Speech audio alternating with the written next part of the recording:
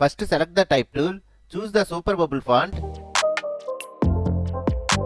increase the font size to 200 points, then type the text like this. Now adjust this text in this manner.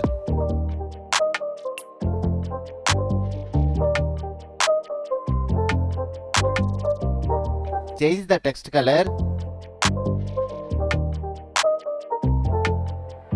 Press OK. Then right click and choose Create Outlines. Open the window and choose 3D and Materials.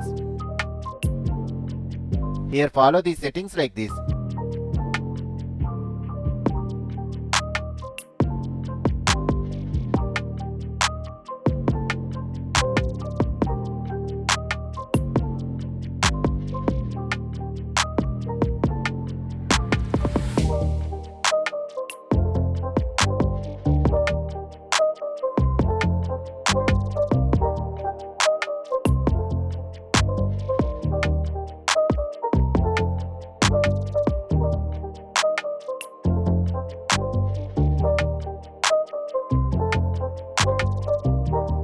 Let's see the final result.